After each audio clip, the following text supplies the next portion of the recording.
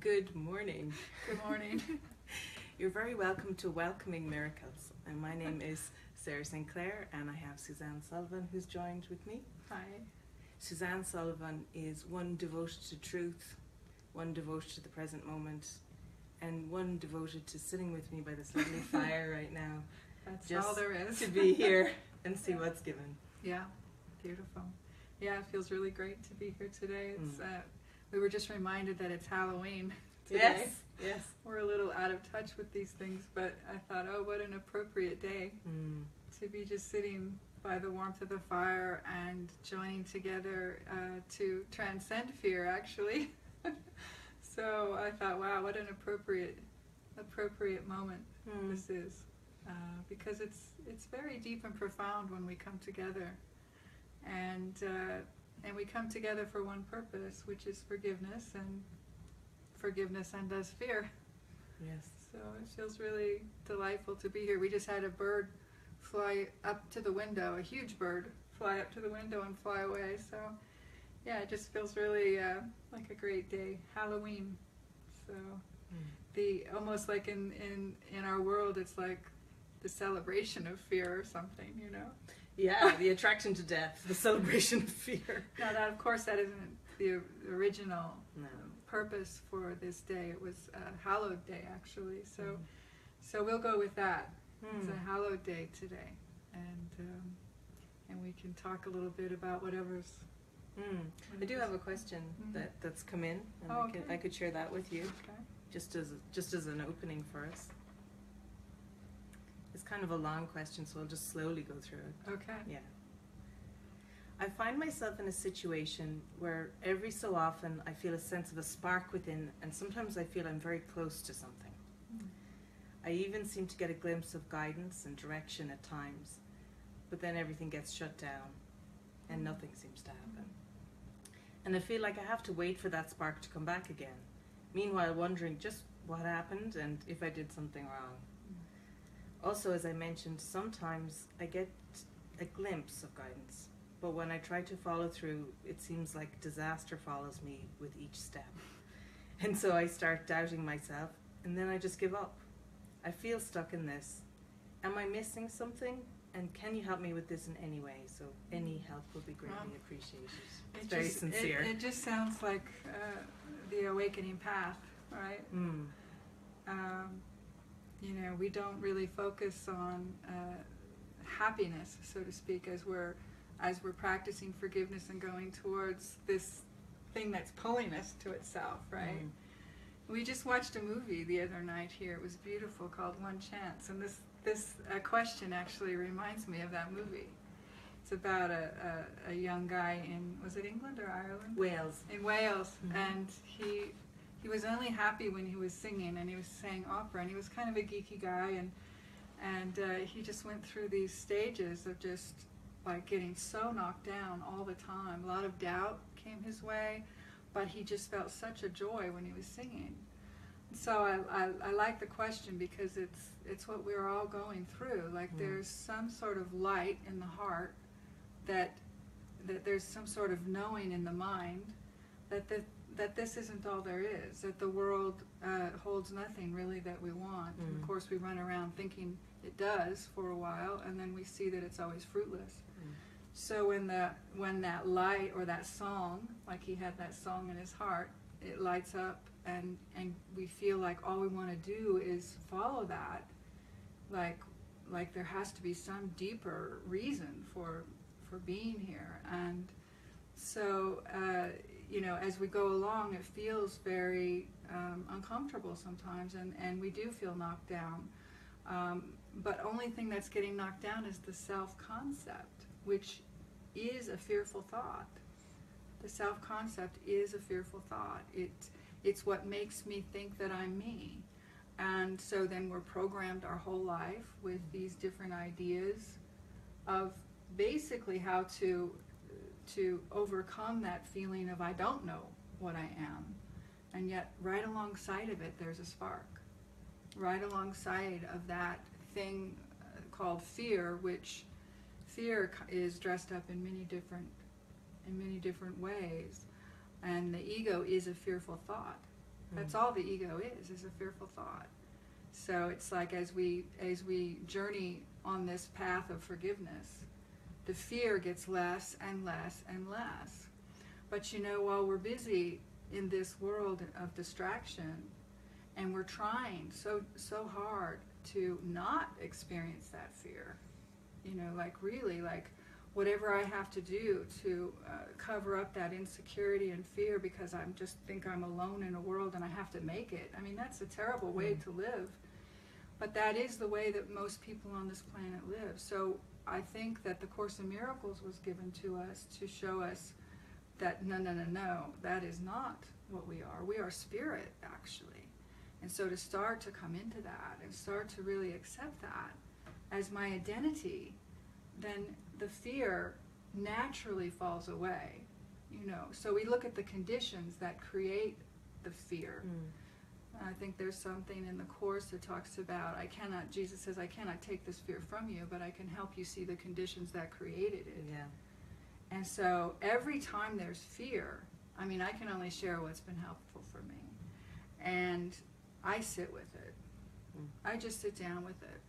It's like I have a cup of tea with it. I just sit and I go, okay, what is this? Because really what's happened, as I've seen in my own journey, that as I try to push it away, it might get pushed away because I can distract to something else, but in reality, nothing is ever, it's still there. So what we want to do is we want to turn and we want to go towards it. And it's not like we have to go on a witch hunt to find it, because it will, every day, it'll arise in little ways. Concern, worry, stress. These are all aspects of a personal self, thinking that it needs something and it's looking in the wrong direction. It's always looking in this world, it's looking in the wrong direction. Of course, it looks like we have many, many choices. And the only real choice is forgiveness. And forgiveness takes us deeper and deeper into this stability and this safety of the spirit. We try so hard, and it's so stressful to try to keep this fear at bay. It's like, let's just join hands and look at it, It's really, it's like the Course talks about how it's a puff of nothingness. And it's so exciting because when you really start to approach it in that way, like, okay, my knees are shaking, just like that guy in the movie. He was so adorable. He was so nervous. And yet he would just go forward and do it anyway. And sometimes he would get knocked down in that. Literally? Yeah, really. Yeah, literally. He would get knocked down. But that's the thing. It's like, what's getting knocked down? That's the question. In fact, actually, just, in relation to this question, it was kind of obvious to him what the fears were. But I think what's wonderful about this question is what happens to many people is like, I had a glimpse, it was all going well, and then what happened? Yeah. Like that amnesia, Yeah, I've experienced that so much. It's like, and it seems so confusing because sometimes you can feel so clear, and I'm sure that many of you have had this experience where you feel so clear, it's like nothing could ever upset you again. And it's not seemingly attached to anything, right? So when something begins to come in like that, and it's almost like this feeling of frustration, like, wait a minute, yesterday I was so clear. And I think that that's a spiritual trap too, because it seems like you're not getting anywhere. And I love the parable of the butter, it's like awakening is like churning butter. It's like you churn it and you churn it, and it seems like there's nothing at all happening. But almost all of a sudden there's butter. And so it's like all of these feelings of getting knocked down and getting knocked back, it's just an indication that there's something more there to see that's still hanging on to an idea that I could get knocked back. Well, what could get knocked back? The spirit can't get knocked back. So for me, at a certain point, it changed. It's like I used to be like feeling like, oh, I'm not getting anywhere. But now it's like if something occurs, it's almost like, oh, thank you. Thank you for showing me that I still think there's still a part of my mind that is attached to illusion. So it becomes more of an indicator of something to be welcomed into the light, instead of there's something wrong and I'm knocked down. Because really, truly, the only thing that can be knocked down is something that needs to be forgiven. It needs to be forgiven. And so this forgiveness is the key to happiness. And I love it because it's the only helpful concept of this world, is forgiveness. And if you're tired of fear and stress and worry in your life, then use it. Use those seeming problems, use that emotion and that fear to strengthen your relationship with the Spirit. Use those instances. They're very powerful, because when you sit down in it, when you really stop running from it and stop trying to fix it, I mean, that's one of the things, please, just stop trying to fix the problem, you know, and really go inside. Because when you do that, you start to strengthen this relationship with the light in your own mind. Because right alongside of this fear is love. It's always present, it's always there. But while the fearful thought is trying to get rid of the fear, it never ever steps over and welcomes the mind into this presence. And so even when you're feeling fear, if you've been practicing a little while, you can sense there's something else there as well.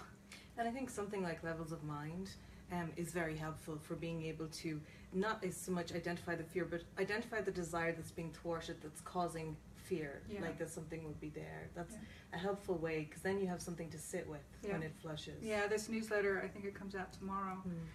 It's all about that. So if you haven't signed up for a newsletter, you can do that. But it's all about the tools of how to identify that split desire, because usually fear is present because the little self thinks it needs something that it doesn't have. Or it's threatened by something. It's always body identification, isn't it? Is there something? It went off. Okay. We went off for a second. So it's a deep subject, and the Spirit has given us many ways to approach it. There's not a cookie cutter way for this. It's like really tuning in and listening and following what is being offered by the Spirit to you. That's why one answer won't be the right answer for everybody. But there's a prayer in the heart. I'm tired of feeling like this. I'm tired of living a life of fear, stress, and worry. You are entitled to live a life of ease in this moment.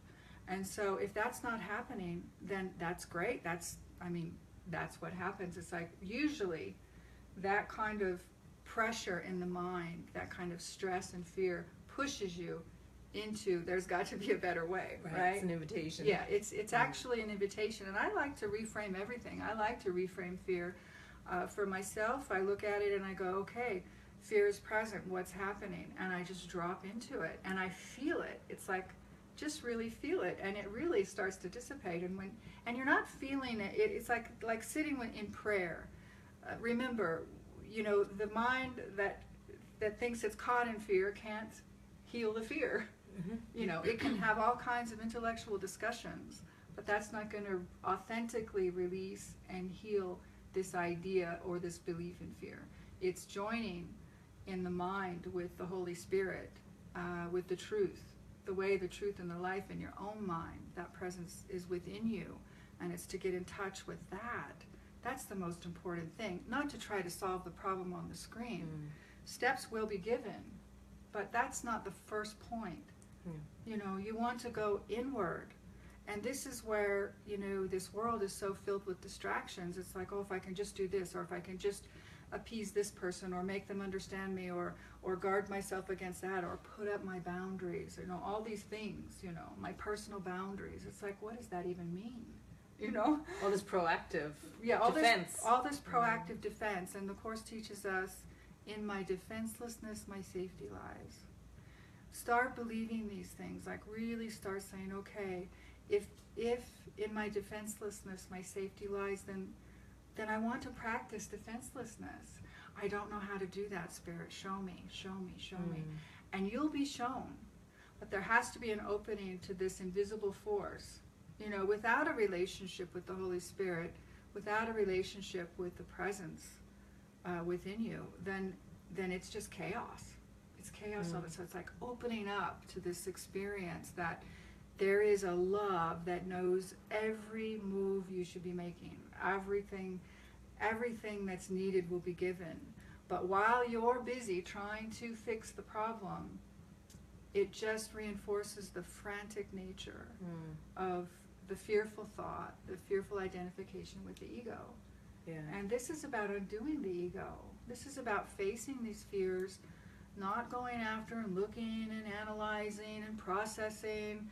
Maybe some processing is helpful for a beginning step, but it's actually like just really opening up to show me how to do this. And then if that's the prayer of the heart, not to make a better self, not to be in the self-improvement game, that's just part of the fear.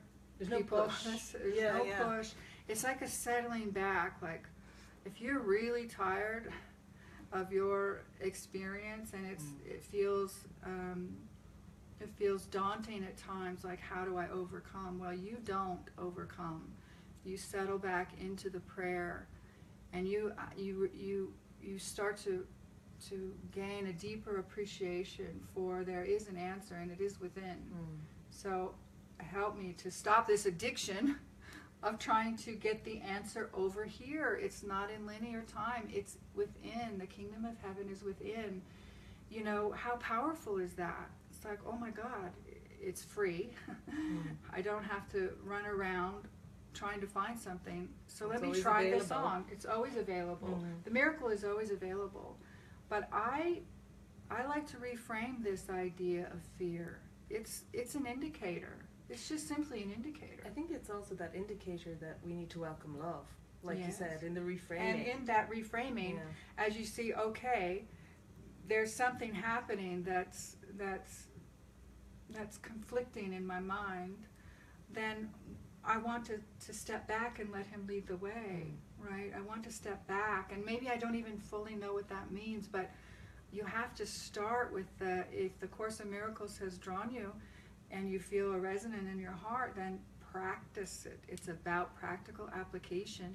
And then the miracles happen, and then you're astonished because all of a sudden that fear is gone, and perhaps you don't even, because maybe nothing's changed in form, which is usually the case, which is so beautiful, isn't it? It's even better, actually, in some ways, that the fear is gone and everything looks the same kind of for a moment, so you can see it wasn't that brought the fear. That's it. I love that so much, that shift in perception happens, which is the miracle. The miracle is a shift from fear to love, you know, and to be able to have that experience, it's almost so exciting. It's like, oh yay, because it's not, if something doesn't change in form, you can start to see, oh, it's not the form. It's absolutely not the form. And we are mesmerized with the idea that it is in the form. If I can just get the form right, then my life will be okay. Oh, please let that go. It's so not the truth. It's not the truth at all. Yeah. You know, and so it's step by step by step. So whatever's on your heart, whatever feels like it's got you, you know, like you wake up in the night. You know that thing that when you wake up in the night and it's sitting on your chest? Don't try to avoid it. Don't try to avoid it. Just pray, just like Holy Spirit, you know, and if this path is new to you and you're not familiar, just sit with the Holy Spirit, like even if you don't even know what that is, completely. Well, that's something I'd like to talk about for a moment, is the fear of fear itself, that idea. Oh, and I think that's why something like even, we have that doorway program that's called Transcending Fear, like something that walks you through even approaching the idea. Because the avoidance is so strong, because there's so much terror of the thought of fear. The avoidance is so strong, and if anything from our talk together today, I would just love people to reframe it, you know, to reframe this feeling, because it can be so intense, right? But stop long enough. And I help put the Transcending Fear course together. It's a doorway course. We'll leave a link in the writing below, but that takes you through step by step. You know, how to start to approach these things in a very practical way, because it can seem daunting. But just start with what's the most heavy thing in your mind in this moment, and start to sit with the Holy Spirit and pray. You know, prayer is the medium of the miracle. Without it, you know, you're just trying to rearrange the chairs on the Titanic, right? Right.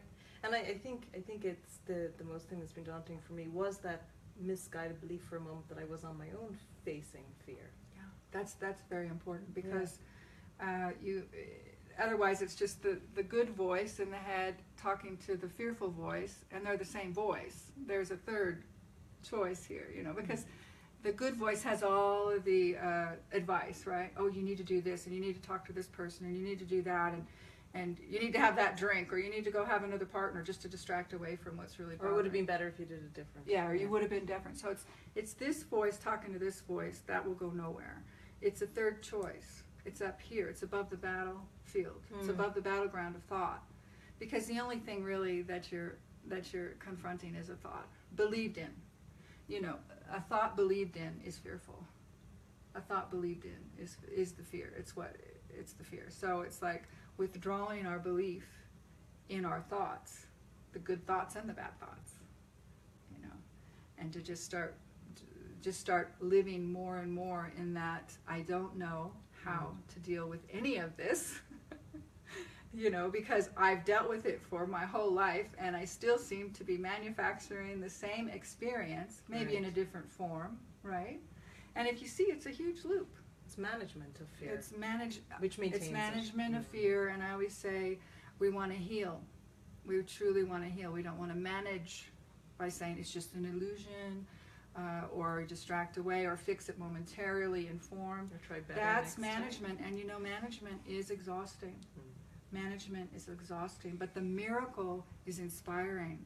The miracle literally dissolves the fear. And what you're saying just now about it seems like a concrete wall, right? It can seem like a concrete wall, and as you move towards it, it's like Jesus says, it's like a puff of nothing. It's like a cloud, and yet it seems like a bank of cement or something. It's like a wall you can't get past, but it's not the truth. And I like to just think of this whole thing as an experiment. It's like just experiment with these ideas, because the only way that you're ever going to know that they work is if you actually apply them. And so just experiment moment to moment. Walk towards it in the mind. Walk towards it. Feel it. Even in the feeling it, even of just sitting, forgetting about what the story is, but just feeling it, it starts to dissipate. Well, there's a belief it will actually cause death. When you think about it, the avoidance level is as if it's imminent death. That's what it's saying, imminent. Yeah. And there's something dying, all right, that's for sure. But it's fear itself. So fear is a wonderful. It's kind of a wonderful thing to work with, because the ego is a fearful thought, and if I'm identified with that fearful thought, I think I'm it. And I noticed for myself that as I practiced forgiveness and I really applied it, that the fear started to dissipate across the board. It wasn't even specific. It's like the mind would start to light up, and you start to see that it'll show up in a billion different ways, but it is the same thing. It is the same thing. It's an identification with a self-concept that I think I'm this person alone in the world, and I have to make my way. And I have to grab happiness here and here and here, or safety or security. And when you really start doing the lessons and you start embodying those experiences of I rest in God. And somebody once asked me, they said, so what is your favorite Course in Miracles lesson? And I said, I rest in God. And I said, now I would like to share about that, because what that means to me is that things can arise. But now my mind is stable enough that I can rest assured in the power of the Holy Spirit and of my Father, that whatever it is just there to be brought into the light. So there's a restfulness in that, right? It's not like I rest in God and I'm in this perfect state of bliss all the time. No, I rest in God for me means that now I have the assurance that the miracle is right next to this, whatever it is, and I just let it pass through. And that's the restfulness. Yeah, I think that's really the key to this question, actually. Because it's, am I missing something? There's just the what is my part, and I think that what you just shared, this totally addresses that really beautifully. Yeah, you're not missing anything. I think that's another common thought I know for myself. What am I missing? Why am I feeling like this still? After somebody was here the other day and they said, I've been here for 7 months and I'm still fearful, and I just started laughing out loud. It's like, Yeah, you're not missing anything. You're just in the awakening, and this is how it looks. And I think it's just the deeper we go and the more committed we are to facing the thoughts that are believed in and letting them go, then this fear starts to dissipate, and the relaxation starts to come in. And even and the relaxation that I'm talking about is that I rest in God. I know that there is something here also besides this fear, and that brings great comfort, to be able to, okay, here's another idea that I still believe in, and to let it pass through. And it does seem like a process until it's an instant, and so it's a patience. There's a patience with it. There's so much programming in the mind to think that we're real bodies in this world, and we're just here for a minute and we just want to be happy, and everything seems against that. So it's like changing the purpose for your life really to forgiveness, one of forgiveness, and applying, if the Course in Miracles is your path, applying it completely to everything across the board, the good thoughts, the bad thoughts. Don't get lost in the happy thoughts either, because that's not it. There's a gentle peacefulness underneath all of it. Right, you don't want affirmations going on top of your fear. Yeah, affirmations on top of fear it's a frantic game. That's a frantic game too. So, yeah, I think it's just a deep invitation of the Spirit to continue to open up to being shown the steps, because they will appear right in front of you. Like perhaps what we're sharing today is helpful in some way. And I always, whenever I'm listening, I'm listening with one ear, but my heart is listening, and I can feel like a light. If something is for me, I can feel it in my heart, like, oh, pay attention here, and then apply that, whatever that is, because that's the Spirit speaking to you, saying, follow this. This will be helpful. Take my hand in the middle of this darkness. And I know that for myself, in the darkest of dark, when I've reached, it's almost like I have a visualization in my mind of my hand reaching for a hand of light. I'm not looking upon this by myself. Right. That goes nowhere. So it's really this fear and stress and worry and all these things are actually pushing us into the experience of a relationship with the Spirit. Right, because the second you've turned to take that hand, that is you facing the fear. Yeah. Because with the fear was only of the love anyway. Yeah. So we just have to turn. Yeah. It's really about uncovering the love and this presence that is just it's there. So just remember that if fear is present, there is something else present as well, and to, as best you can, start to fall back into that, and to hold hands with that, because that's the most beautiful and wonderful thing. And it's everything. Everything that we seek for in this world, we're entitled to the experience of what we think that is going to bring us, but it's not that. So the seeking in the mind for happiness and peace is, we're entitled to that miracle, we're entitled to that state of being, but the mind has to see that it's looking in all the wrong places, and the kingdom of heaven is within. And if that is the truth, then it's time to really focus on that and open up to that experience, open up to that reservoir of light that's in your heart and mind. It's there now.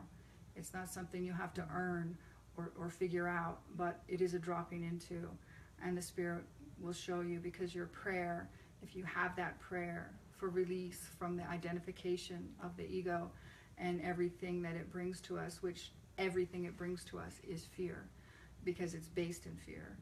And so we make that transfer into the love, step by step by step. And it's a beautiful journey, and it's not always comfortable, but it's definitely going into the light of who we are, and we feel it. We can feel being pulled literally out of this world.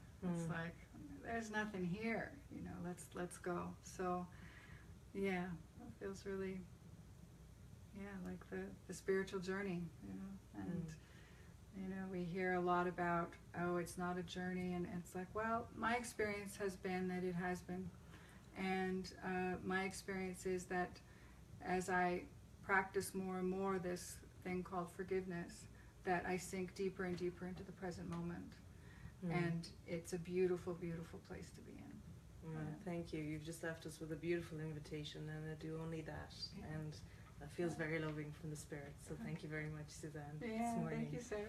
Thank By the fire. Yeah, thank you everyone who joined Thank you. us for Yeah. welcoming Yeah, miracles. thank you. Lots of love.